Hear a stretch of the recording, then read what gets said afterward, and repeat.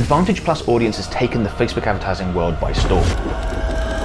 We first started seeing it 6 or 7 months ago, but most ad accounts now have this feature. We've done a bunch of testing and have some really interesting results to report. And in this video, I'm going to let you know whether you should be using it or not. So to talk you through this, I'm in an example Facebook ad account. I'm in Ads Manager, and I've quickly created an example sales campaign in this instance. And I've gone to the ad set level and I've scrolled down to the targeting sections. Now, the first thing that you may see is that this might look quite different to what you're used to seeing. If you haven't yet got Advantage Plus Audience, I think most ad accounts do at this point, and it's probably going to be rolled out to the remaining ad accounts very, very soon. But if you haven't yet seen, this is what it looks like. As opposed to our previous targeting setup that you'd be familiar with, we've now got audience controls, this section here, and then we've got Advantage Plus Audience, which is obviously what I want to focus on in this video. And I'm going to walk you through audience controls in a second. We're going to start with Advantage Plus Audience. Now, this is in the process of replacing the previous setup. A lot of ad accounts have this, not quite all. Some ad accounts only have this, and some ad accounts are able to switch between the two. So there's lots of different things going on here. I'm going to talk you through how this works, whether you should use it or not, how it differs from the previous setup, and then I'll explain if you do have the option to switch between the previous setup and this setup, and which you want to go ahead and do. Okay, so if we start with this Advantage Plus Audience and I click on this plus button here, the first thing that you need to understand about Advantage Plus Audience is that it's a suggestion as opposed to hard constraints. And that's a really big difference. So previously, if we said, look, I only want to advertise to people that are aged 25 to 35 who are interested in this, because I think those are the people that are most likely to be interested in my products or services, under the previous setup, those were hard boundaries. And Facebook would not put your ads in front of people that were younger than 25 or older than 35 or whatever you set, and they would not put your ads in front of people that weren't interested in the things that you had mentioned that you want your detailed targeting to be. With this, it's a suggestion. Meta's going to use their ad technology to find people, yes, within your suggestion, but also that might not fit within those. They go, well, we think people that are this age or a different gender to what you've selected, or have different interests and not categorized within this interest on Facebook and Instagram, we think those people are also likely to be interested in what you have to offer. We're going to put ads in front of them. And that's a really big deal. So when you click into here, all these options here, they're all suggestions, even custom audiences.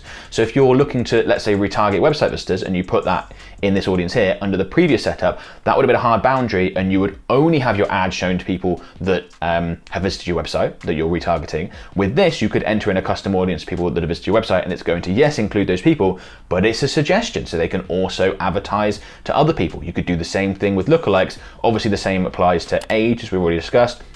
Same applies to gender, and the same applies to detailed targeting as well. So if you're going to be entering in your interests, demographic behavioral stuff in here, just as we do. And if you're interested, by the way, in how you go about finding those options and what you should do, I'll include a link in the video description below to another video that walks you through that and how to set up, how to find detailed targeting options. These things can all be added in as they used to be, but they are suggestions. Now, when I've spoken about Advantage Plus Audience before, and I've explained the differences between it and the previous setup where we had hard constraints, people have understandably asked, well, how does Advantage Plus Audience differ from just, say, various targeting expansion options? So under the previous setup, you would have your hard constraints, and then you could tick a box to say, yeah, but I'm happy for Meta to go ahead and find other people that don't fit within my constraints. It started out as detailed targeting expansion, and we had all different types of targeting expansions. You can have custom audience targeting expansion, lookalike audience targeting expansion, and things, and they've had various names over the last few years as Meta constantly changes these things and tweaks with them. And the answer is not a huge amount. It operates quite similarly. In my mind, I think Advantage Plus Audience, because it's a suggestion from the beginning, it's more flexible than having the previous setup with detailed targeting expansion. So if you think about it on sort of a continuum, we've got the old setup, targeting options, hard constraints, no targeting expansion, and then next we've got that, hard constraints but with targeting expansion. Then next on the list, we've got this Advantage Plus Audience, and then the other end of the spectrum would be just complete open targeting everyone. That's sort of how I see it, is that it's a bit more open, a bit more flexible. Targeting expansion options are only supposed to be used if Meta is very confident you can get better results by expanding that audience, and primarily they do focus on the audience that you give them. With this, because it's a suggestion from the beginning, I think they're going to take a bit more of a license with who they put your ads in front of, and be more flexible and expand that and look to reach other people. So that's something to be aware of and how I see it. But in all honesty, there's probably not a huge amount of difference between the two. Now, I'm going to talk more about whether or not you should use Advantage Plus Audience if you have the option in a minute, but I do think that Advantage Plus Audience has a number of interesting advantages over previous targeting setups. There's, for a long time now, been a debate, should you go with open targeting and just let Meta work it all out, or should you be really specific and take control? And we used to be very much really specific, take control. That was the better approach for all Facebook advertisers many years ago. And over time, we slowly moved more towards open targeting. But I think this is a nice halfway house. It's allowing you to take advantage of the open targeting because your audience is still really big. You can reach tons of people, but you are providing Meta with some direction. What we've seen with open targeting, particularly with new Facebook ad accounts and with ad accounts that don't have a lot of conversion history, is that Meta can struggle a little bit at the beginning because there's so many people they could put your ads in front of, and it takes a bit of time to work it out. As I said, especially if there's not data already within your ad account. This Advantage Plus Audience gives Meta some direction. It's going, we'll start with these people because based on our experience running our business, we think these people are likely to be interested in these products and services. But once you've learned a bit, once you've done a bit of testing, by all means, look to expand into some other options. So I think this ticks that box really nicely, and we can see how that's working, especially with the new recommendation to add in custom audiences and lookalike audiences. Now that's something we would never have done previously. We'd have had a separate ad set for, say, an interest targeting option, a separate ad set for a custom audience retargeting, and a separate ad set for a lookalike audience. We wouldn't have mixed the two. That's because within hard constraints,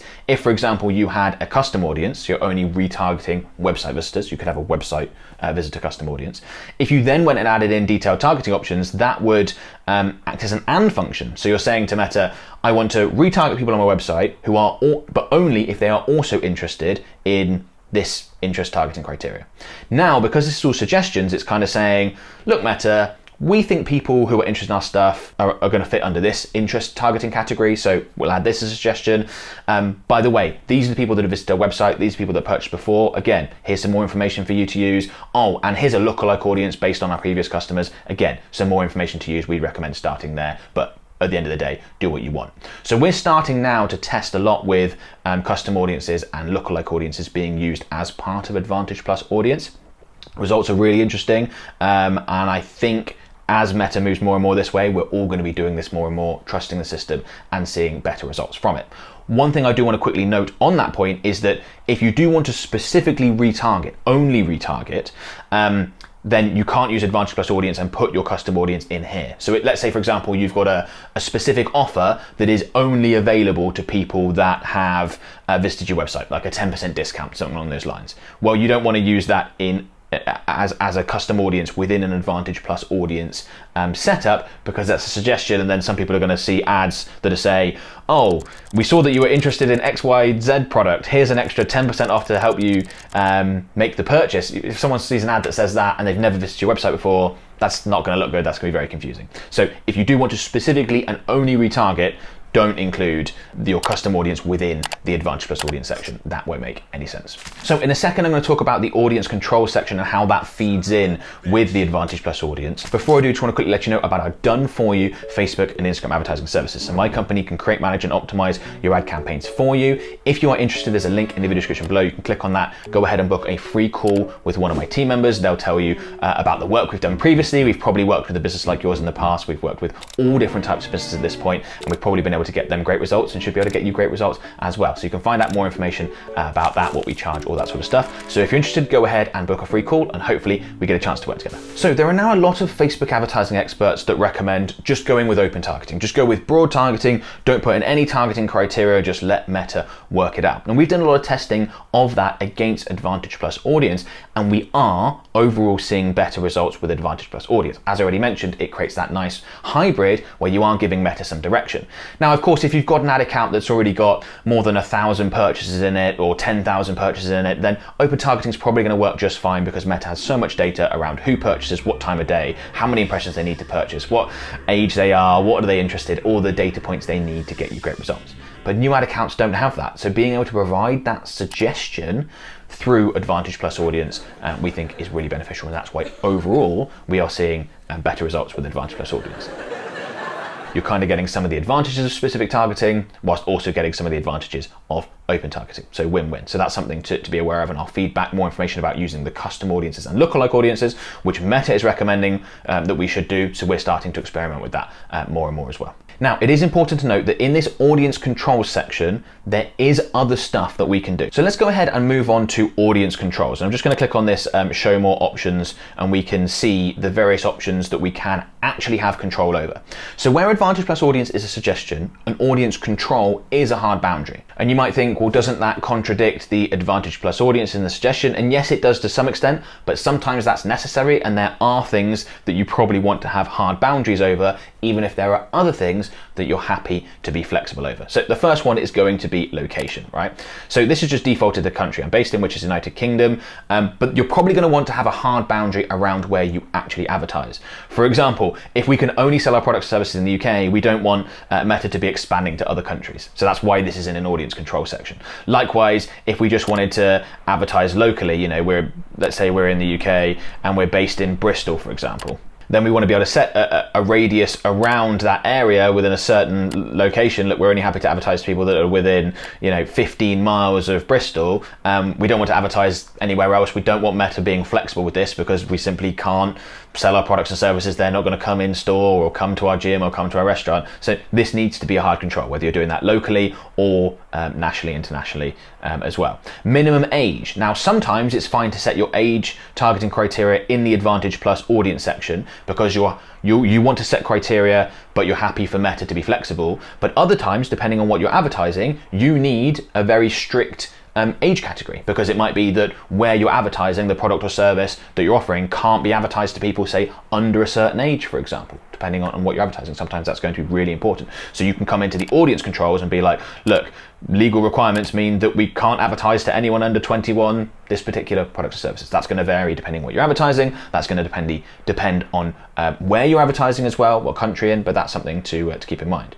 You can also exclude custom audiences very specifically.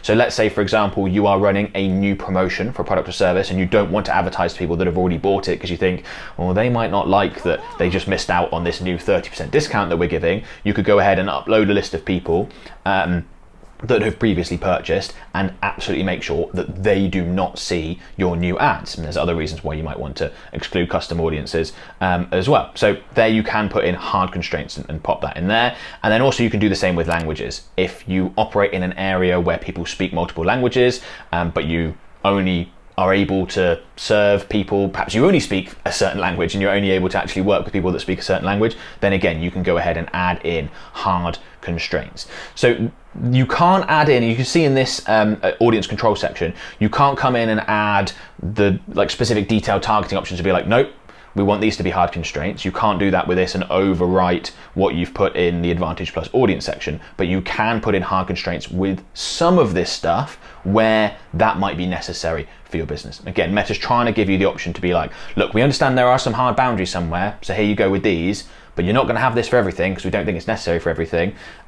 We want the rest to be suggestions so we can make it as open and free as possible. And one other thing to mention is that most ad accounts that do have this Advantage Plus audience feature, you can switch to the original setup. So if I scroll down to beneath this Advantage Plus audience, we can see here, we've got switch to original audience options. And I can click on this and you can see that Meta is trying to dissuade us from doing this, right? So they say that if you use Advantage Plus audience, you can get up to a 33% lower cost per result based on their experiment. So that sounds really enticing. Now, you'd always need to be careful, and this is something to be aware of, and us as marketers often know this, is that when you use up to and then a statistic, it means, well, it could be a 1%, a 2% lower cost per result from using Advantage Plus audience. We don't necessarily know that it's all the way up to 33, but on average, they're saying that Advantage Plus audience works better, and that would be true in my experience.